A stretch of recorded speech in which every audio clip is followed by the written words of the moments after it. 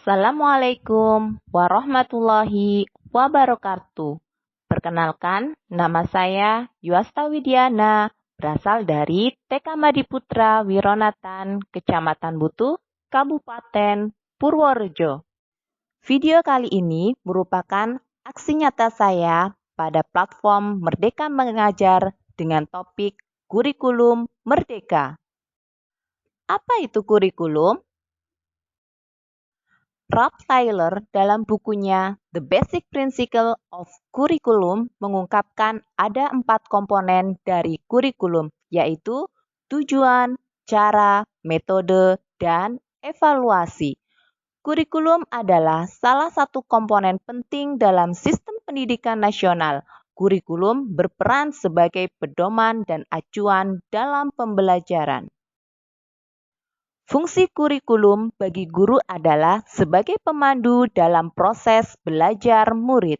Kurikulum yang baik disusun sesuai dengan zamannya dan sesuai dengan kebutuhan murid.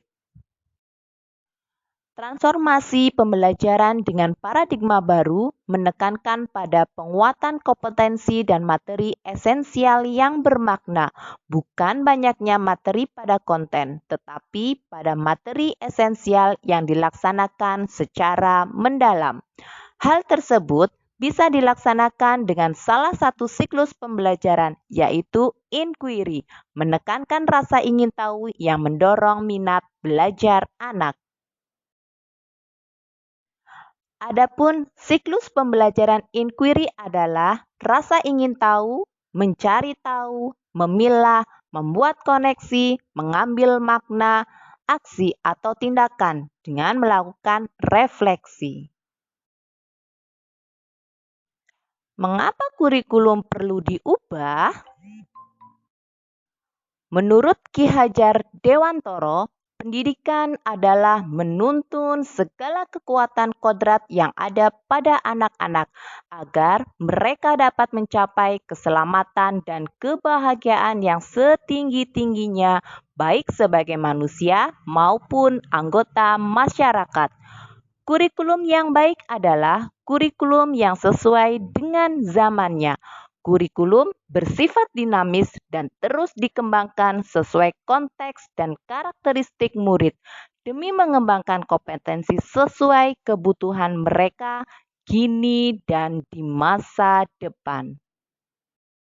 Dalam merancang kurikulum harus memperhatikan kebutuhan, pendapat, pengalaman, hasil belajar, serta kepentingan murid sebagai rujukan utama dalam merancang kurikulum. Mengapa kurikulum perlu diadaptasi? Kurikulum yang ditetapkan secara nasional perlu diadaptasi di tingkat satuan pendidikan, dikarenakan setiap satuan pendidikan memiliki konteks yang beragam. Banyak hal tidak mudah diimplementasikan di kelas untuk setiap satuan pendidikan. Cara mengadaptasi kurikulum nasional adalah dengan merancang kurikulum operasional satuan pendidikan atau sering kita sebut dengan KOSP dengan memperhatikan faktor geografis, budaya, sosiologis, keanekaragaman, latar belakang, dan kemampuan murid demi memenuhi kebutuhan murid. Prinsip pembelajaran yang berpihak pada murid. Yang pertama, mempertimbangkan kebutuhan capaian belajar murid saat ini untuk memahami kebutuhan dan kemampuan murid dapat dilakukan dengan evaluasi sebelum pembelajaran atau disebut juga sebagai assessment diagnostik. Yang kedua, membangun kapasitas belajar murid menjadi pembelajar sepanjang hayat. Murid mengetahui apa yang dipelajari, mengelola tantangan, dan melakukan refleksi atas pengalaman. Yang ketiga, mendukung perkembangan kognitif dan perkembangan karakteristik murid. Yang keempat, menyesuaikan konteks kehidupan murid, disesuaikan dengan kebudayaan di mana murid tinggal. Yang terakhir, yang kelima adalah mengarah pada masa depan. Capaian pembelajaran atau CP merupakan kompetensi dan karakter yang ingin dicapai setelah menyelesaikan pembelajaran dalam kurun waktu tertentu. Kompetensi-kompetensi pada capaian pembelajaran diturunkan menjadi tujuan pembelajaran atau TP yang tersusun sebagai sebuah alur untuk satu fase alur tujuan pembelajaran atau juga kita sebut dengan ATP. Kompetensi adalah rangkaian dari proses pembelajaran konsep ilmu pengetahuan mulai dari memahami sikap dari belajar sampai akhirnya dapat menggambar pengetahuan dan keterampilan untuk mencapai tuntutan kognitif yang lebih tinggi. Pembelajaran berdiferensiasi adalah pembelajaran yang disesuaikan dengan tingkat kemampuan awalnya.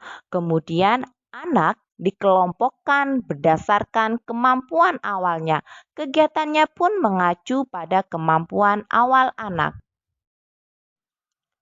Profil pelajar Pancasila memuat 6 dimensi.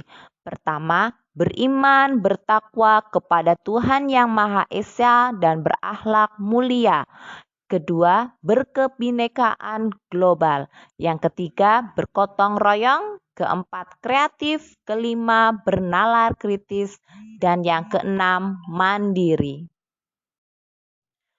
Kurikulum prototipe atau kurikulum merdeka memuat yang pertama, intrakurikuler, merupakan muatan pelajaran, memfasilitasi murid untuk mengamati, bertanya, mengumpulkan informasi, bernalar kritis, mengasosiasi, dan mengkomunikasikan penemuannya.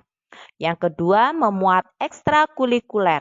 Yang ketiga, memuat program penguatan profil pelajar Pancasila. Program penguatan profil pelajar Pancasila merupakan pembelajaran berbasis proyek yang ditujukan untuk penguatan profil pelajar Pancasila melalui tema yang telah ditetapkan, yaitu gaya hidup berkelanjutan, kearifan lokal, Bhinneka Tunggal Ika, bangunlah jiwa dan raganya, suara demokrasi, berkayasa dan berteknologi untuk membangun NKRI.